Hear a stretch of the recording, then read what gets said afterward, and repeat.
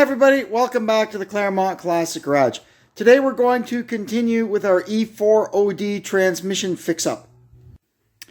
I have decided what I'm going to do is fix up all the components first, and we'll have them all ready to go, and then assemble the transmission, rather than do a component, put it in, do a component, put it in. First thing, I'm just following the manual, and the first thing they want us to deal with is the pump. Now, this pump, there's bolts here that hold it together.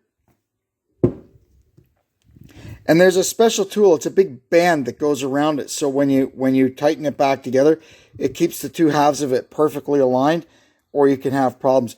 I don't have one of those tools. Well, feeling around here, I can feel that they haven't got it centered.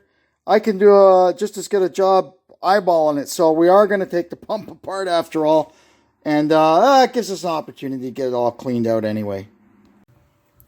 In this bore here is the main regulator valve. Now, according to the shift kit, the tugger kit, we are supposed to remove these original parts and replace them with these parts. We use our original valve. And also, there is a small drilled hole here, you can see there, that they tell you to plug. And well, somebody's already plugged it. Whoever was in here before us plugged that, but they didn't put any of these parts in. So we're going to load this stuff all in now and see how that works. So we've got just a little oil on the valve, and it should just drop right in. These are really precision ground. There we go. And down it goes. See, there it is at the bottom. Now, it's instead of a one-piece spring seat, they give us a two-piece spring seat and two different springs. That goes down in there like that. And then this valve, you'll notice the original valve had a couple of seals on it. The new valve that they give us does not have seals. Don't ask me. That's how it goes. And then we need to push that down in like that and install a snap ring. Now the trick is to get the little snap ring in.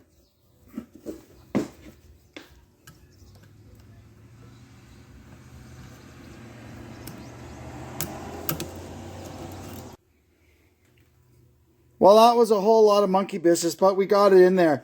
That bore doesn't give you a lot of room to be working with a tool pushing down the valve and another tool trying to put in the ring. But we finally got it. Next is the converter regulator valve. I'll show you how to get this little clip out because we have the same little clip over here on the lockup valve. But they want us to put a yellow spring that they've supplied in here. And as you can see, it's already got one. Somebody has put some transgo bits in this transmission before, although they didn't do the pressure valve. Anyway, so we're just going to replace the yellow spring with a yellow spring. Although this one does seem to have a little more snot than the one I took out.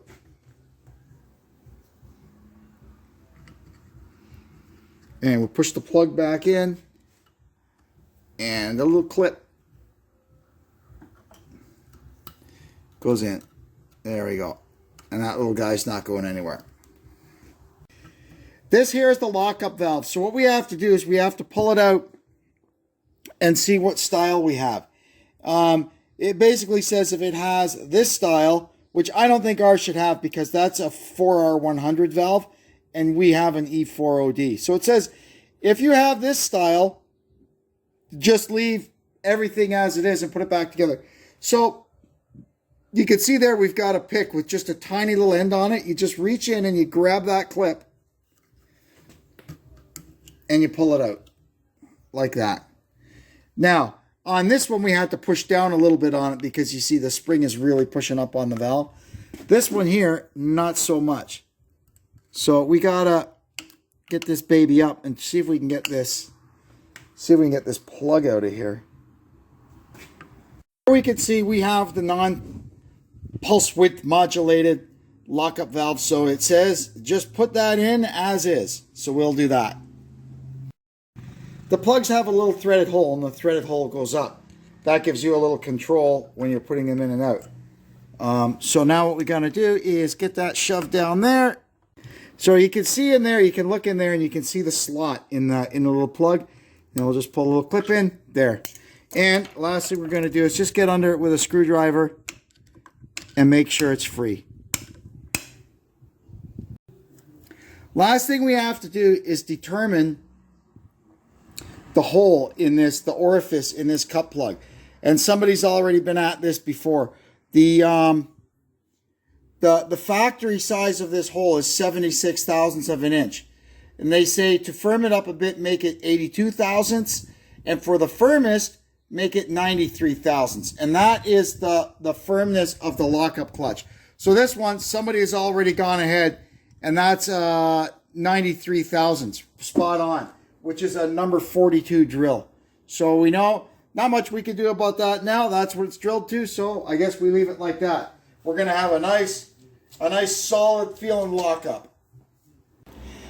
Another thing that I've learned with these shift kits, I've put in enough of them. As you finish the steps, you just cross them off. Number 4. So these steps are all done, including this. Now we can come back to our service manual, which details the pump, and just follow the instructions on here. Now we're going to have a look at this half of the pump. We're going to make sure that it's not all chewed up where the rotors run, and it's perfect. The pump bushing, whoever rebuilt this before us, put a new converter bushing in. So all we have to do is pop a new seal in it and put it back together. We'll follow the book. Now we're going to install our converter seal, and this is a special one. It's an updated version apparently. They tell us all about it in the kit there. So we're just going to pack the back of it here with some grease. It's got some silicone around the outside of it, so we don't have to put sealant on it where it goes into the bore. Get a little grease on the lip. And then we'll take it over to the hydraulic press and use this couple of washers here and push her home. Now we can push our seal in.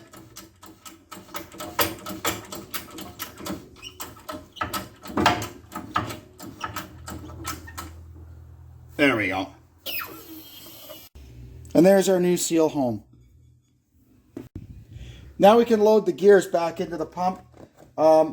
Normally when you're assembling an automatic transmission, you can just use transmission fluid. But when I do the pump, I like to use a bit of grease or even Vaseline or petroleum jelly if you have it. That just lets the pump really seal up good when you first start it up to get sucking the oil up right away. So that's what we're going to do. And this one, very important. When you're putting this together, that dot has to face up.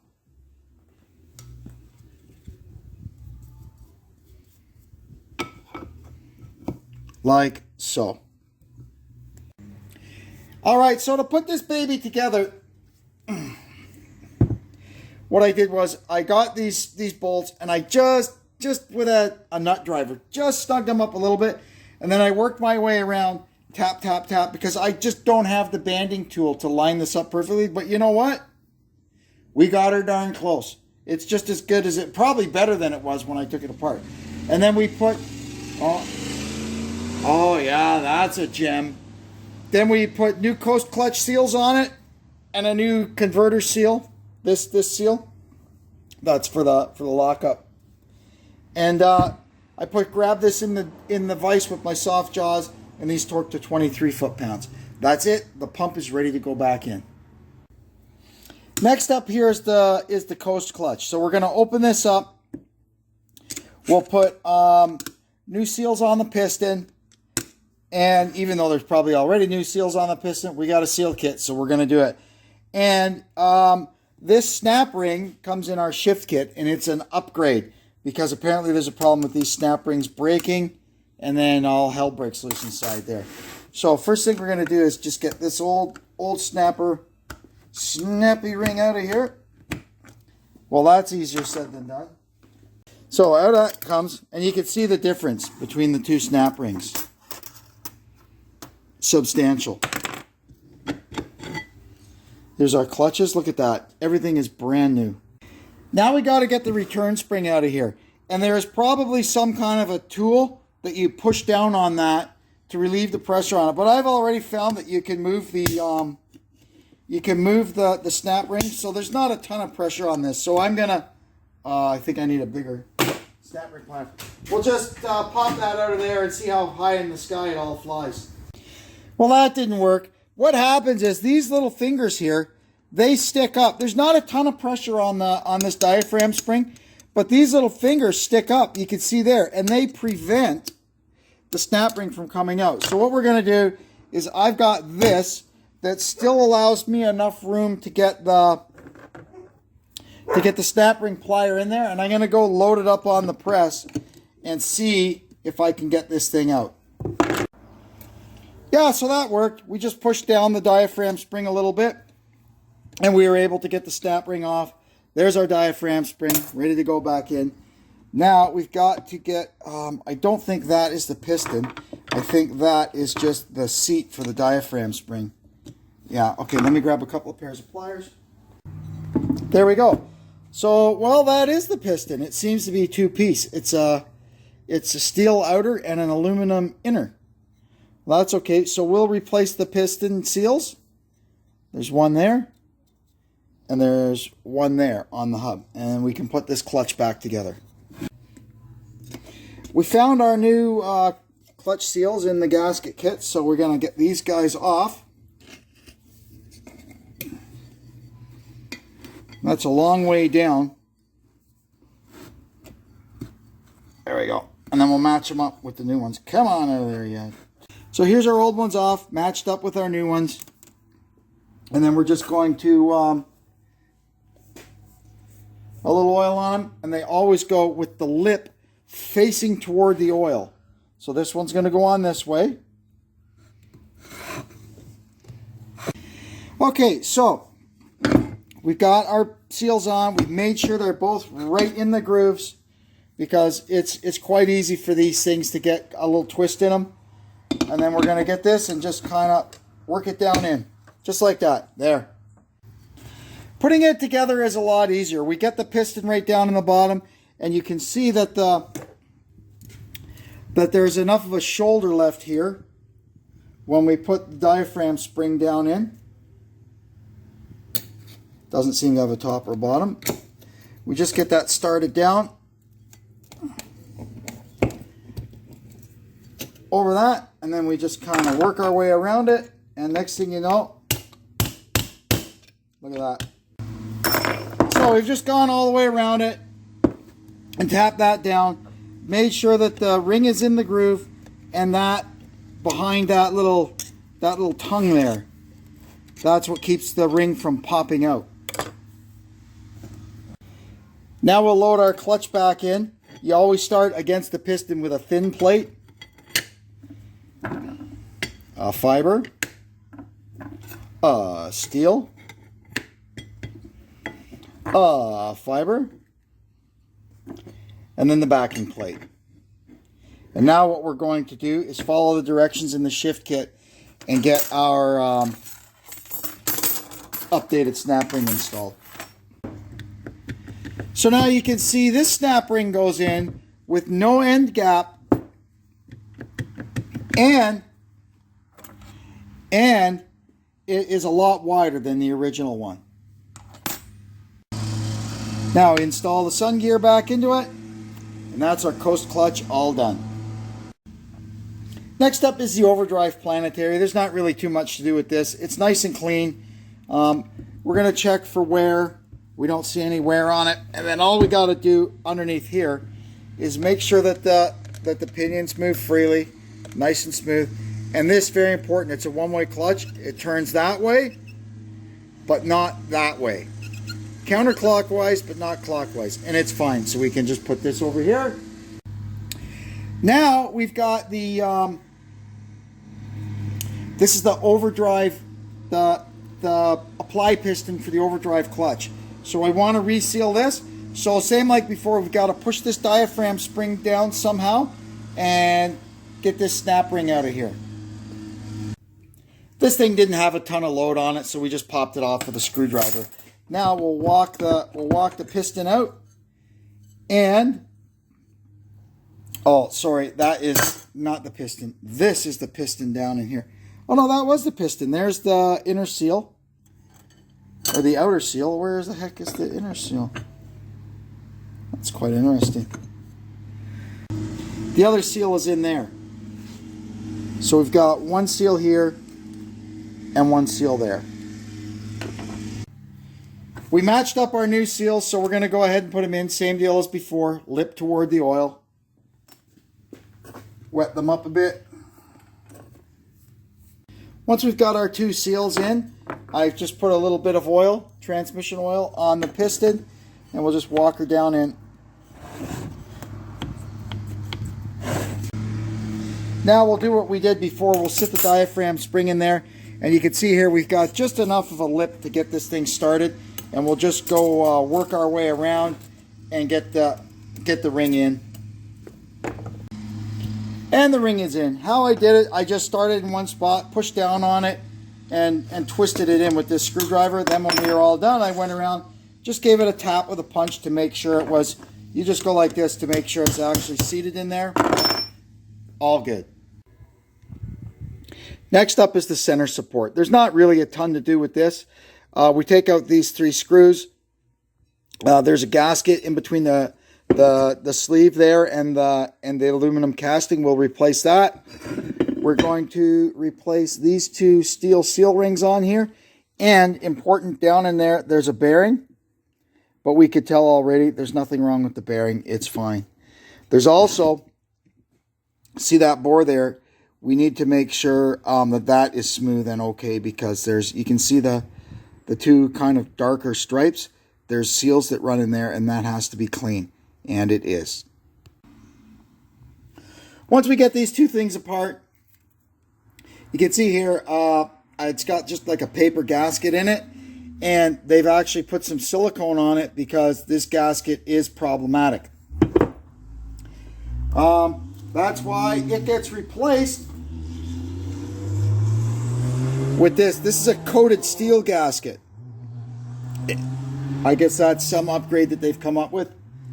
Now, before we clean these parts, we have to get these steel seal rings off. And you can see there they've got a joint in them like that. So to get them apart, you need a pick to help you. You push them up, and then you push down on one side with the pick. I'll try and show you here. You just kind of grab them like that. You pull up on it from the back side. I'm so terrible with describing what I'm doing. I'm sorry. Let's get this guy out of here first. All right. So what you got to do is you got to lift it up so it's seated in the groove at the back, and kind of squeeze on it. We're trying to get as much of it up to this side as we can, and then you just kind of, there we go. You get in there and unhook it, and then out it comes.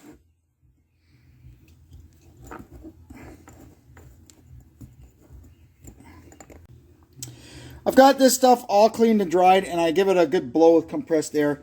There's a few oil passages through it. Now, I'm just going to use this 3/16 drill bit as a guide. Going to put our updated gasket in there. Just like that. And we can lower the aluminum casting down over it. And you can see there that everything is lined up. You can see through the bolt holes. We're going to get our little screws started here. And there we go. The torque on these things is 120 inch-pounds. So that's what we did. Now we can flip it over and put on our new steel seal rings. So same like usual, we'll get some oil on them.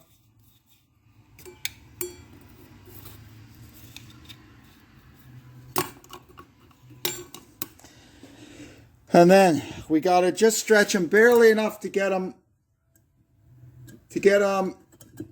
where they gotta go. And then, there we go. You hook it on. Perfect. It's also important to make sure you get them in the right grooves. There's 4 grooves there. I'll show you how to tell which grooves. You can see that groove there has a hole in it. That means oil is in this groove. You don't want to put a seal ring there. As well as this groove. It also has a hole. That also is a no groove or a no ring groove. So our ring, they're going to go in this groove and this groove.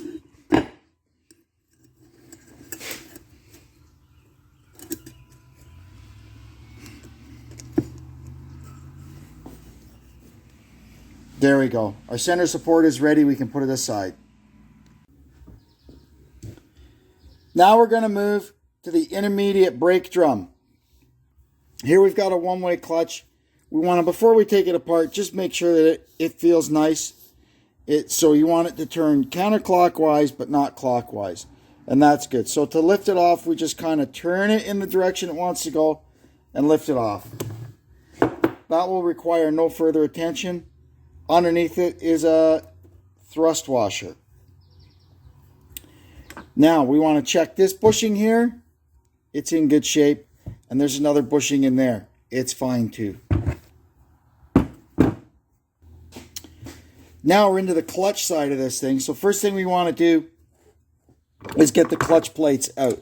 So these things are not always as easy as it seems. We got to get the snap ring out. Oh, here, this is the end with the, one end of it's got a little thing that you see there that you can grab with the, I'll show you in a sec. The one end there has a little tab that you can grab with a screwdriver. So that's good. Now I'll get a pick and we'll lift these clutches out. You can grab them with a couple of picks and they should just come straight out. There we go. Otherwise, you can also just flip it upside down. So that's the entire clutch pack. You can see there, everything is new. It's already pre-soaked with oil. We are not going to mess with that at all. We'll just put it there to go back in. But what we do want to do is, because we're in here, we're going to reseal it. So what we need to do is we need to go over to the hydraulic press. We have to find something that fits around here that we can push this spring down, but still allow us to get at the snap ring with a snap ring plier. So I'll find something, we'll go do that, and I'll be back. So I found this little sleeve here. That should do the trick. We'll go over to the press. Just put a little load on that. It'll relieve the pressure on this, and I can get it off. And I'll be right back. That worked. You could also, if you wanted to, put that on there, put a bar across it, and use a big long bolt with another bar on the back, and use a thread to push this down. But anyway, I did it on the press.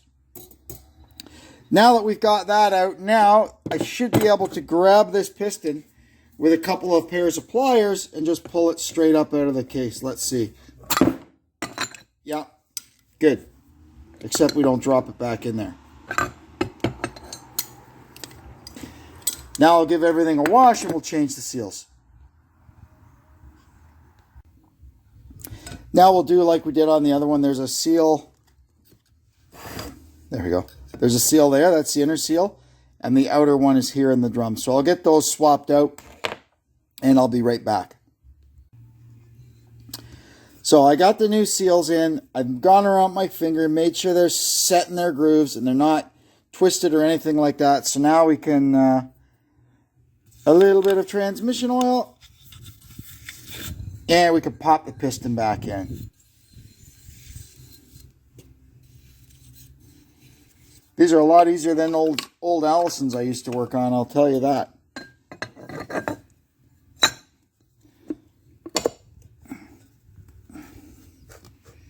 There we are. She's in. Now,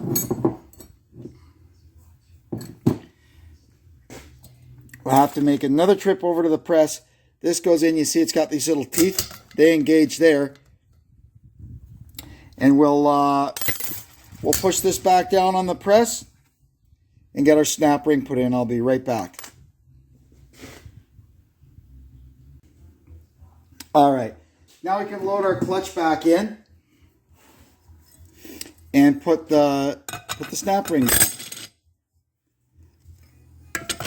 If these were new clutch discs that we were using, the fibers, we would want to soak them in fresh transmission fluid for about 15 minutes before we put them in.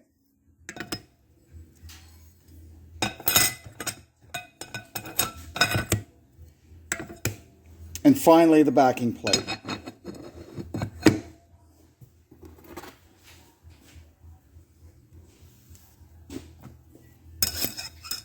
And a snap ring.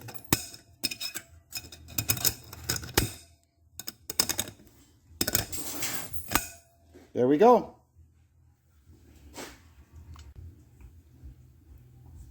Now we can install our thrust washer. On earlier ones it was brass. On this guy it is nylon. And then we're going to lube up the inner race for the one-way clutch.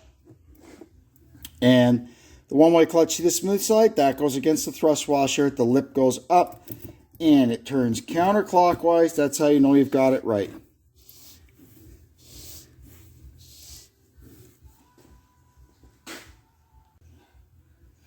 And that is our intermediate drum complete. Now we'll start on the forward clutch. First we're going to get our seal rings off.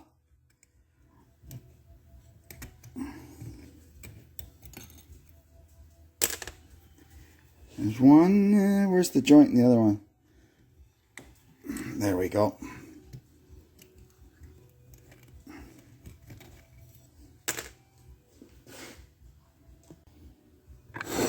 Now, same like the last one. We'll pop the snap ring out and get the clutches out.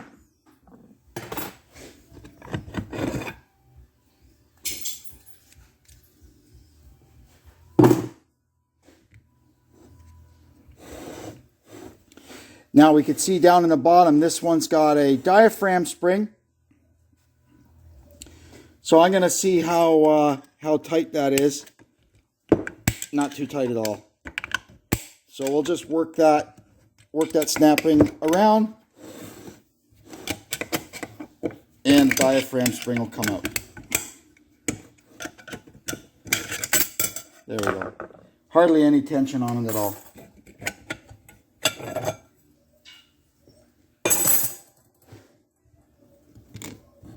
And now we'll use our pairs of pliers like we've done before and get the piston out.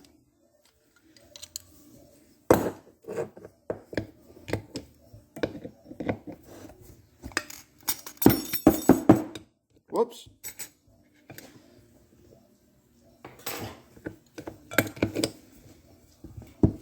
There we go.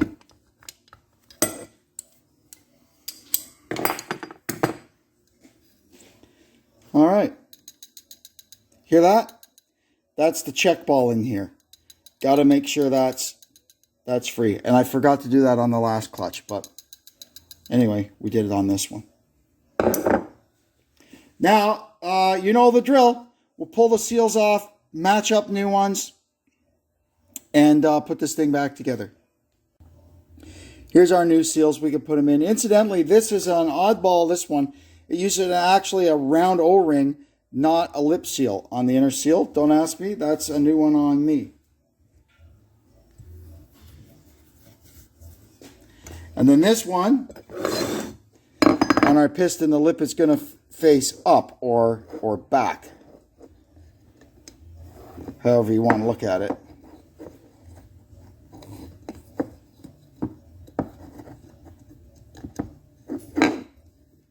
Then you just go around and you make sure it's in the groove properly. It'll let you know if it's not happy. All right, a little bit of oil. And we'll pop it in.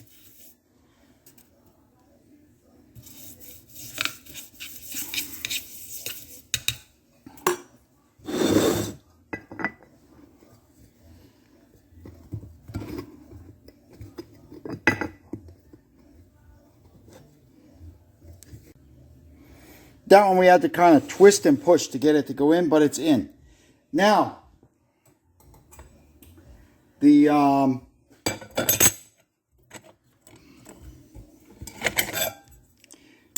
this goes in, this metal ring, and that is what the fingers of the diaphragm clutch push against. Now we can get our snap ring started in.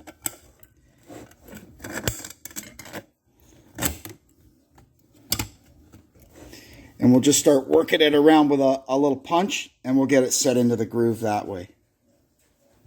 Yeah, we're all set. Now we can load the fibers and steels back in.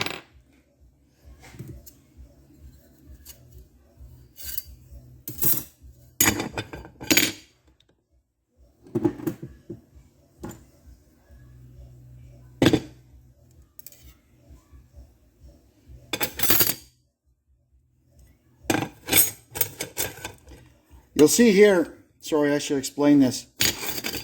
This is a selective shim that is used to set the, it's used to set the clearance within this clutch pack. And look at that. You can still read the factory markings on this clutch. That's unbelievable. I don't have a bunch of selective shims and snap rings here, so we're just going to have to assume or pray that whoever put this thing together last time set it all up correctly. And put our snap ring back in, and that's this clutch all done.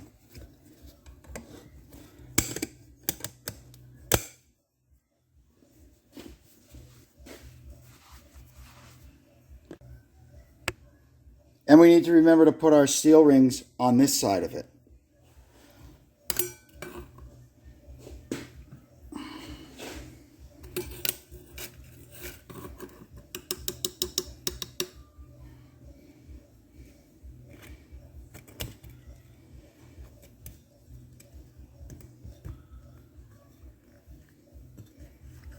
And there's one.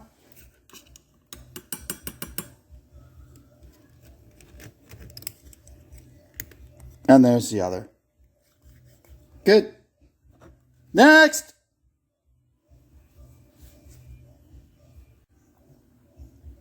Now we need to check the reverse one-way clutch.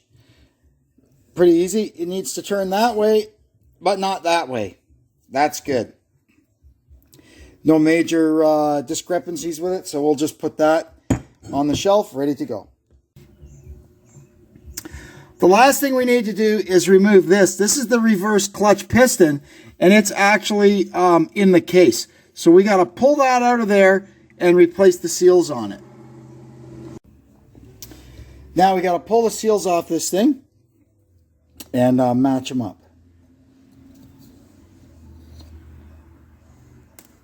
That's just a flat seal, not a lip seal.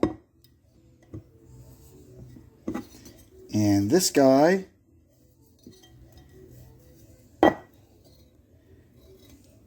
is also just a plain flat seal. There's our reverse piston with the new seals installed.